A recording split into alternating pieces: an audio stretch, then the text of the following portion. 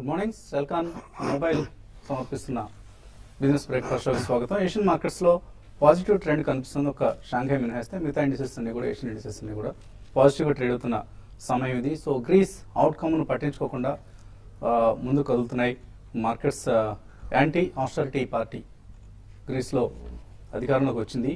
So ఇది left forces dominate చేసే party అధికారంలోకి వచ్చినప్పటికీ కూడా మార్కెట్స్లో ఈక్విటీ మార్కెట్స్ అంతగా చెల్లించలేదు. ఎందుకంటే క్వాంటిటేటివ్ ఈజింగ్ మెషర్స్ ఏవైతే అంతకుముందు యూరోపియన్ సెంట్రల్ బ్యాంక్ ప్రకటించిందో అది సృష్టించిన పాజిటివిటీ ఇంకా ఇప్పటికీ గ్లోబల్ ఈక్విటీ మార్కెట్స్లో కొనసాగుతుంది. సో ఈ నేపథ్యంలో ఈవెన్ ఎస్ఎక్స్ నిఫ్టీ కూడా ఒక పాజిటివ్ ఓపెనింగ్ను ఇండికేట్ చేస్తుంది. యుఎస్ ప్రెసిడెంట్ బరాక్ ఒబామా 3 రోజుల భారత్ పర్యటన ఇవాళతో ముగియబోతుంది. సో ఈ పర్యటన చాలా పాజిటివ్ అవుట్కమ్గా మార్కెట్స్ భావిస్తున్నాయి. So prime minister Narendra Modi Obama మధ్య జరిగిన చర్చలు, అలాగే వాళ్ళిద్దరి స్నేహపూర్వకమైన ప్రవర్తన, ఇవన్నీ కూడా చాలా ఒక పాజిటివ్ ఎన్విరాన్మెంట్ను క్రియేట్ చేస్తున్నాయి బోత్ స్టాక్ మార్కెట్స్లో అలాగే పొలిటికల్ ఎరేనాలో కూడా. సో నిఫ్టీ మరింతగా లాభపడే అవకాశాలే కనిపిస్తున్నాయి. న్యూక్లియర్, సోలార్ సెక్టర్ సంబంధించిన స్టాక్స్ ఇవాళ లైమ్లైట్లో ఉండబోతున్నాయి.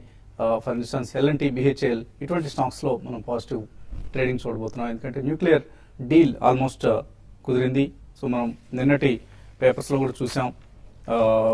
చాలా strong deal, this is a big deal really అంటూ వచ్చిన వార్తలు మనం చూసాం. సో ఇటువంటి వార్తలన్నీ కూడా ఇవాళ స్టాక్ మార్కెట్ మీద, కొన్ని స్పెసిఫిక్ స్టాక్స్ మీద ప్రభావం చూపించే అవకాశాలు ఎక్కువ కనిపిస్తున్నాయి. సో లాస్ట్ వీక్ సుమారుగా 4% లాభపడ్డాయి బోత్ సెన్సెక్స్ అండ్ నిఫ్టీ. కొద్దిగా mid cap and small cap stocks underperform చేశాయి. సో సెన్సెక్స్ నిఫ్టీలు 4% లాభపడితే mid cap index 0.6%, small cap index 0.5% మాత్రం లాభపడటం చూసాం. అండ్ ఈ సిరీస్లో ఇప్పటిదాకా చూస్తే మనం 8.1% పెరిగింది నిఫ్టీ. సో మేబీ ఇంకొక 1.9% కనుక లాభపడితే 10% ఒకటే సిరీస్లో నిఫ్టీ లాభపడిన ఫస్ట్ సిరీస్ అవుతుంది బహుశా. ఎందుకంటే 2014లో మనం ఎప్పుడు నిఫ్టీ 10% పెరగడం చూడలేదు ఏ సిరీస్లో కూడా. సో ఈ సిరీస్లో మేబీ 10% పెరిగే ఛాన్సెస్ కనిపిస్తున్నాయి. ఎందుకంటే ఇంకొక 3 డేస్లో ఎక్స్పైరీ ఉంది, F&O ఎక్స్పైరీ గురువారం రోజు. సో 10% కనుక పెరిగితే నిఫ్టీ 9,000 మార్కును కూడా క్రాస్ చేస్తుంది, first time in the history. So maybe ఎప్పటికప్పుడు రికార్డ్ హైస్ను ఇండికేట్ చేస్తుంది నిఫ్టీ, మనం చూస్తూనే ఉన్నాం. అండ్ ఫారిన్ ఇన్వెస్టర్స్ కొనుగోళ్లు కొనసాగుతున్నాయి. లాస్ట్ 6 సెషన్స్లో 7,100 crores worth stocks FIs Indian మార్కెట్స్లో కొన్నారు.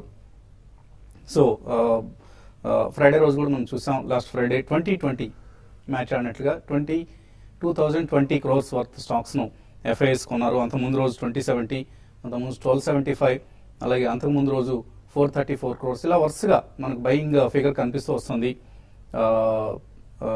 ఎఫ్ఐఎస్ యాక్షన్ గమనిస్తే. సో జనవరి నెలలో ఇండిసెస్ భారీగా పెరగడానికి మనం హెచ్డిఎఫ్సి లాంటి స్టాక్ 15% పెరగడం, హెచ్యుఎల్ హిందుస్థాన్ యూనిలివర్ లాంటి స్టాక్ 28% పెరగడం చూసాం జనవరి సిరీస్లో. సో ఇటువంటి లార్జ్ క్యాప్ స్టాక్స్ చాలా డామినేట్ చేశాయి.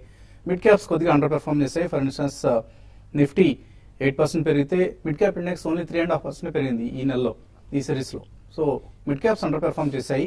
మేబీ ఫిబ్రవరి సిరీస్లో మిడ్ క్యాప్స్ బెటర్గా పెర్ఫార్మ్ చేసే అవకాశం ఉంది. అక్కడ నిఫ్టీ కొద్దిగా 9,000 లెవెల్స్ దగ్గర కన్సాలిడేట్ అవుతూ ఉంటే మిడ్ క్యాప్స్ మాత్రం కొద్దిగా ముందుకు దూసుకు వెళ్లే అవకాశాలు కనిపిస్తున్నాయి. బడ్జెట్ ముందు నార్మల్గా మనం చూస్తుంటాం మిడ్ క్యాప్స్లో ఎక్కువ యాక్షన్ ఉంటుంది లార్జ్ క్యాప్స్ కంటే కూడా. సో ఆ ప్రభావం మనం నెక్స్ట్ సిరీస్లో చూసే అవకాశం కనిపిస్తుంది. ఇది స్థూలంగా మార్కెట్స్లో ప్రస్తుతం కనిపిస్తున్న ట్రెండ్. ఇక దీని మీద ఎనలిస్ట్ అభిప్రాయాలు ఎలా ఉన్నాయో తెలుసుకుందాం. సో ఒబామా పర్యటన విజయవంతంగా వాటితో ముగుస్తుంది. అండ్ చాలా ఒక పాజిటివ్ బాన్ హామీ మనకు కనిపించింది బోత్ లీడర్స్ మధ్యలో. వాళ్ళ బాడీ లాంగ్వేజ్ గమనించిన వాళ్ళందరికీ చాలా సంతోషం కూడా వేసింది. సో ఓవరాల్ గా ఒక పాజిటివ్ వాతావరణం కనిపిస్తుంది. గ్రీస్ ఎలక్షన్స్ కూడా అయిపోయాయి. అండ్ అంటే నియర్ టైంలో అంతగా నెగిటివ్ క్యూస్ ఏవి ఎదురయ్యే అవకాశాలు కనపట్లేదు. అండ్ Q3 రిజల్ట్ సీజన్ కొనసాగుతుంది ఆఫ్ కోర్స్. సో ఇటువంటి ట్రెండ్ మీరు ఎక్స్పెక్ట్ చేస్తున్నారు బిఫోర్ బడ్జెట్? బిఫోర్ బడ్జెట్ ఈ పాజిటివిటీ అనేది కొద్దిగా కంటిన్యూ అవుతుందండి. బికాజ్ మనకి నెక్స్ట్ ఆర్బీఐ మీట్ ఒకటి ఉంది, తర్వాత బడ్జెట్ అనేది ఉంది, which is going to be one of the key players అనమాట. అంటే పాజిటివ్ సెంటిమెంట్ బిల్డప్ కావడానికి budget is going to be a very key and crucial event. కాబట్టి మనకి మేజర్ నెగిటివిటీ అయితే కనిపించలేదండి. అండ్ బరాక్ ఒబామా గారి ట్రిప్ లో కూడా మనకి బిజినెస్ డెలిగేషన్ పరంగా కూడా చాలా చర్చలు జరిగాయి.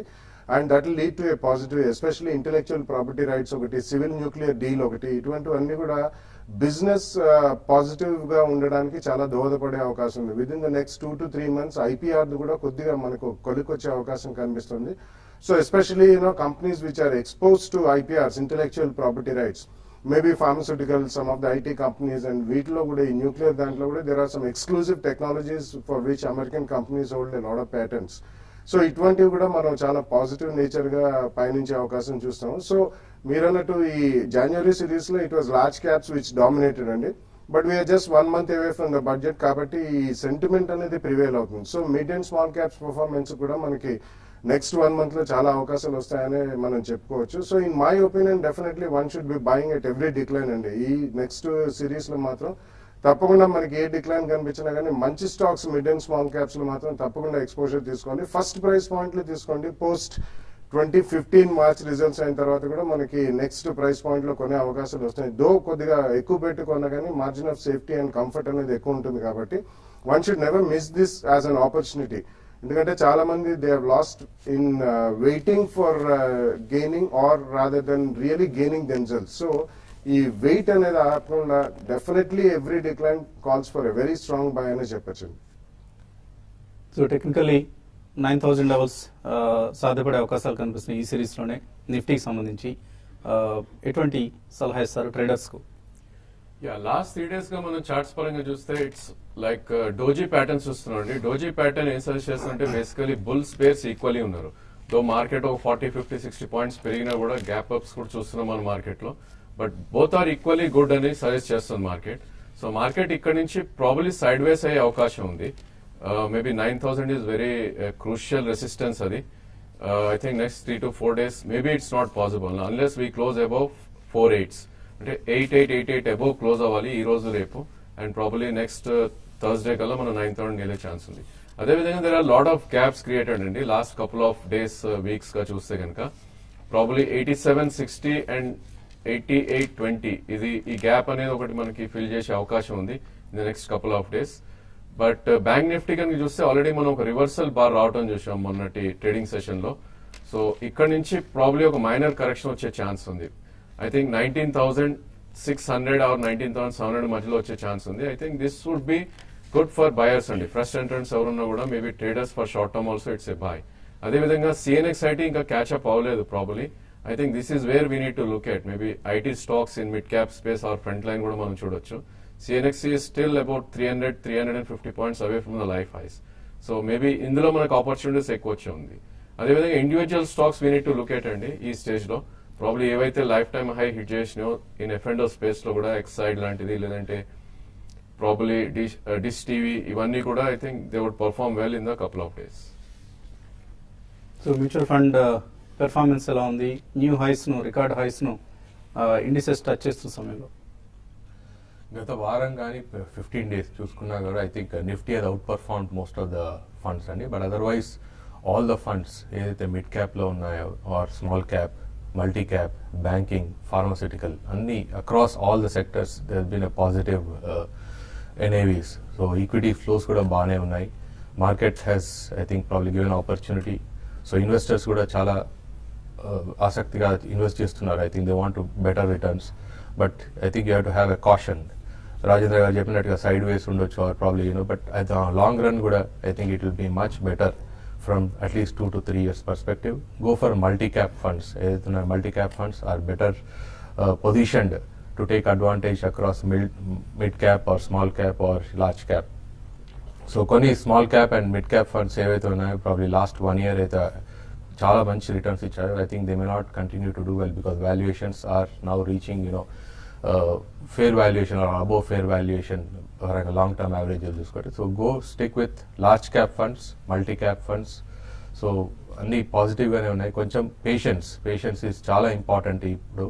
So don't get into aggressive mode into new fund offers కానివ్వండి, తర్వాత సెక్టోరల్ ఫండ్స్ కానివ్వండి కాకుండా మల్టీ క్యాప్ ఫండ్స్లో పొజిషన్ తీసుకుంటే బాగుంటుంది.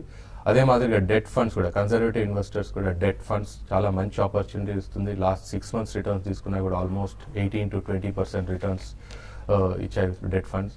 సో ఒకవేళ ఇంట్రెస్ట్ రేట్స్ మళ్ళీ తగ్గిస్తే అనదర్ 0.25 0.5 కూడా తగ్గిస్తే మీకు మంచి రిటర్న్స్ వచ్చే అవకాశం ఉంటుంది. సో కన్సర్వేటివ్ ఇన్వెస్టర్స్కి డెట్ ఫండ్స్ ఉన్నాయి.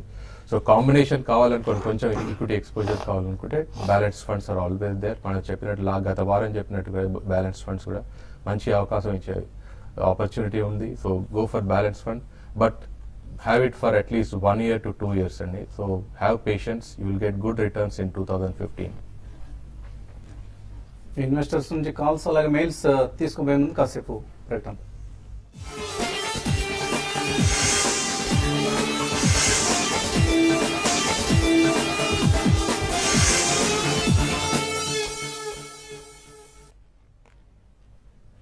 సెల్కాన్ మొబైల్స్ బిజినెస్ బ్రేక్ఫాస్ట్ షోకి తిరిగి స్వాగతం. కాలర్స్ లైన్ ఉన్నారు. ఫస్ట్ కాలర్ హైదరాబాద్ నుంచి Suresh. Hello, good morning Vasant garu. Good morning. మీ బిజినెస్ బ్రేక్ఫాస్ట్ టీమ్ అందరికి కంగ్రాచులేషన్స్ అండి. థ్యాంక్ యూ అండి. నిఫ్టీ 9,000 తీసుకెళ్తున్న సిచ్యువేషన్ లో నేను తీసుకెళ్ళట్లేదండి, మార్కెట్ పెరుగుతుంది. Yeah.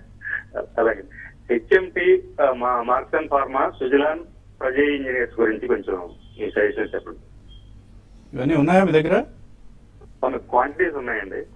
క్వాంటిటీస్ అన్నీ కూడా స్పెక్యులేటివ్ ఎలిమెంట్ బాగా ఎక్కువ ఉన్న స్టాక్స్, ఎస్పెషల్లీ ప్రజె అయితే అసలు పూర్తిగా కంపెనీ ఏమైందో కూడా అర్థం కాని పరిస్థితిలో ఉంది. సో ఎటువంటి సలహా ఇస్తారండి? Yeah, probably I think Marksans pharma is okay అండి. ప్రాబ్లీ చార్ట్స్ పరంగా ఇట్స్ బుల్ ట్రెండ్ లోనే ఉంది. మేబీ 90-95 దాకా వెళ్ళే ఛాన్స్ ఉంది. Probably 60-65 should be your stop loss ఈ స్టేజ్ లో. బట్ ప్రజా ఇలాంటి stocks I think below 10 rupees ఉన్న స్టాక్స్ ఈ స్టేజ్ లో షుడెంట్ లొకేట్ అండి. ప్రాబ్లీ ఒక చిన్న పుల్ బ్యాక్ వస్తే should exit and get into some other good stocks. తర్వాత కాలర్ హైదరాబాద్ నుంచి రమేష్ లైన్ ఉన్నారు. హలో, నమస్కారం సార్. నమస్తే అండి. నేను సూర్యప్రకాష్ గారు మ్యూచువల్ ఫండ్ ఎక్స్పర్ట్ గారితో మాట్లాడాలనుకున్నానండి. రామ్ ప్రకాష్ గారు. సారీ అండి సార్. నమస్కారం సార్. నమస్తే సార్, మా ఇంట్లో 2 మ్యూచువల్ ఫండ్స్ దీంట్లో ఇన్వెస్ట్మెంట్స్ ఉన్నాయి, 2 పోర్ట్ఫోలియోలు ఉన్నాయండి. గతంలో మీరు 13వ తారీఖున ఆన్సర్ చేసినప్పుడు నాకు చెప్పారండి. అది కన్నీ చెప్పిన తర్వాత మా బ్రదర్ గురించి అడుగుతున్నానండి. Franklin India blue chip fund ఒకటి అండి, HDFC equity fund, UTI opportunities fund, Franklin India Prima plus. ఈ 4 ఫండ్స్ మేము 5 years హోరిజన్తో 2.5 years అయింది కంటిన్యూ చేస్తున్నామండి ఎస్ఐపితో. తర్వాత మిడ్ క్యాప్ లోనండి, స్మాల్ క్యాప్ లో HDFC mid cap, Franklin India Prima fund, Franklin India smaller companies fund అండి. ఇది 5 years హోరిజన్తో స్టార్ట్ చేసాం. ఆల్రెడీ 5 months అయిపోయిందండి. ఇది కంటిన్యూ చేయొచ్చా సార్? ఇవన్నీ ఒకసారి చెక్ చేసుకుందాం మీకు ఫోన్ చేశాను సార్. ప్లీజ్ కొంచెం ఆన్సర్ చేయండి సార్. గత 6 months 1 year నుండి ఫండ్స్ అన్ని కూడా కవర్ చేసామండి. కంటిన్యూ చేయండి. మీరు లాస్ట్ క్యాప్ ఫస్ట్ సెట్ ఏదైతే చెప్పారో కంటిన్యూ చేయండి 5 years. తర్వాత మిడ్ క్యాప్ ఫండ్స్ లో కూడా ఏదైతే తీసుకున్నారో కంటిన్యూ చేయండి. ఎస్ఐపి ద్వారా చేస్తున్నారు కాబట్టి మినిమం 5 years తీసుకుంటే బాగుంటుంది. So for your brother I think next 5 years should be a good accumulation phase in the next 5 years. తర్వాత కాలర్ రాజమండ్రి నుంచి రాజు లైన్ ఉన్నారు. హలో రాజు, అడగండి. సార్, ఎల్ఎన్టీ ఫైనాన్స్ అండి, అది అప్పుడే 4 months అవుతుంది. 73లో తీసుకున్నాను, చూడారా? ఎల్ఎన్టీ ఫైనాన్స్ 4 months బ్యాక్ తీస్తున్నారట. యా, ప్రాబ్లీ ఇలాంటి వీక్ స్టాక్స్ ఏవైతే ఉన్నాయో దిస్ ఆపర్చునిటీ టు ఎగ్జిట్ అండి. మేబీ 76, 70 అండ్ 78, 40 ఇక్కడ ఒక రెసిస్టెన్స్, మేజర్ రెసిస్టెన్స్ ఉంటుంది ఆ స్టాక్ లో. ఆ స్టేజ్ లో I think you exit and probably వేరే బ్యాంకింగ్ స్టాక్స్ కి షిఫ్ట్ అవడం బెటర్ అండి. Banks like maybe IndusInd bank or maybe axis bank, ఇలాంటి బ్యాంక్స్ కి షిఫ్ట్ అవుతాయి. పులివెందుల నుంచి సుధీకర్ లైన్ ఉన్నారు. హలో హలో అడగండి సుధీకర్. సార్, నమస్తే సార్. నమస్తే, అడగండి.